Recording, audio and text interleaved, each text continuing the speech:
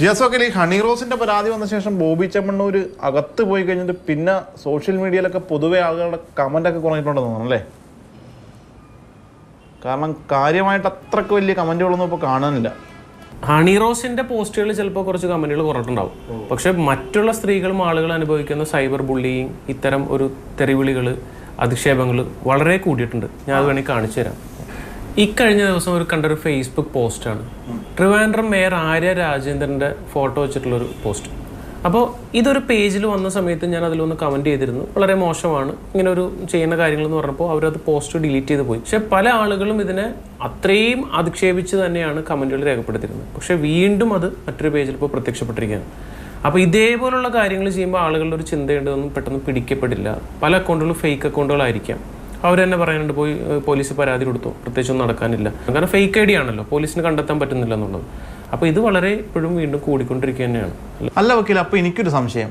ഈ ഹണി റോസിന്റെ പരാതിയിലെ പരാതി കൊടുക്കുന്നു, പിറ്റേ ദിവസം രാവിലെ തന്നെ ബോബി ചെമ്മണ്ണൂരിനെ അറസ്റ്റ് ചെയ്യും. അപ്പോൾ ഇത്ര അതിവേഗം ഈ പോലീസ് നടപടിയെടുക്കുമെങ്കിൽ ഈ മറ്റ് കേസുകളിലൊക്കെ എന്താ അങ്ങനെ സംഭവിക്കാതെ? ഇപ്പോൾ ഇവിടെ പൊതുവായിട്ടുള്ളൊരു കാണുന്നൊരു കാര്യമാണ്, എപ്പോഴും സെലിബ്രിറ്റികൾക്കും അല്ലെങ്കിൽ പിടിപാടുള്ള ആളുകളുടെ പരാതിയിൽ ഫാസ്റ്റായിട്ടുള്ള നടപടികളും ആക്ഷനും ഉണ്ടാകുന്നത്. അപ്പോൾ സാധാരണക്കാരായിട്ടുള്ള ആളുകൾ എന്ത് പരാതി, ഇത്തരത്തിലുള്ള പരാതി കൊടുത്തു കഴിഞ്ഞാൽ ഒരു മുടന്തൻ ന്യായമാണ് എപ്പോഴും പോലീസ് സ്റ്റേഷനിൽ നിന്ന് ഉണ്ടാകുന്നത്. ലൈംഗികപരമായിട്ടുള്ള അധിക്ഷേപങ്ങളോ അല്ലെങ്കിൽ മറ്റെന്തെങ്കിലും തരത്തിലുള്ള സ്ത്രീത്വത അപമാനിക്കുന്നോ തരത്തിലുള്ള പരാതികൾ സ്ത്രീകൾ കൊടുത്തു കഴിഞ്ഞാൽ സ്പോട്ടിൽ തന്നെ പോലീസിന് ആ വിവരങ്ങൾ എടുത്തുകൊണ്ട് എഫ്ഐആർ രജിസ്റ്റർ ചെയ്യാവുന്നതാണ്. പക്ഷേ എഫ്ഐആർ രജിസ്റ്റർ ചെയ്യാനുള്ള താമസം അല്ലെങ്കിൽ അതിനൊരു കാരണം അവർ പറയുന്നത് സോഷ്യൽ മീഡിയ കമ്പനികളിൽ നിന്നുള്ള കറക്റ്റായിട്ടുള്ള വിവരം കിട്ടുന്നില്ല.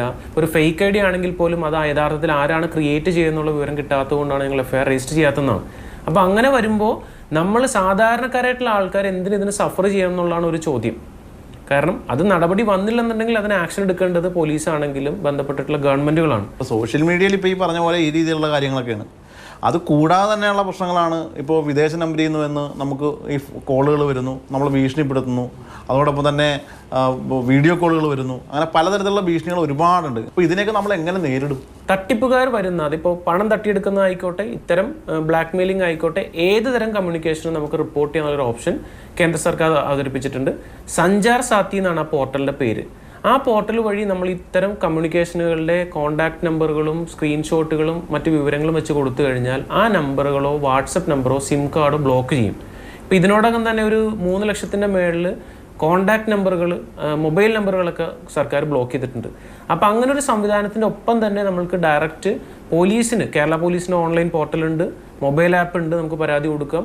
നാഷണൽ സൈബർ ക്രൈമിൻ്റെ റിപ്പോർട്ടിംഗ് പോർട്ടലുണ്ട്, ടോൾ ഫ്രീ നമ്പർ ഉണ്ട്. ഇതിലെല്ലാം നമുക്ക് ഈ പറഞ്ഞ ഒരു സസ്പെക്റ്റഡ് ഫ്രോഡ് എന്നുള്ളത് പോലെ അല്ലെങ്കിൽ ഒരു നമ്പറുകൾ ഈ പറഞ്ഞ ഏത് നമുക്ക് റിപ്പോർട്ട് ചെയ്യാനുള്ള ഒരു ഓപ്ഷൻ ഉണ്ട്.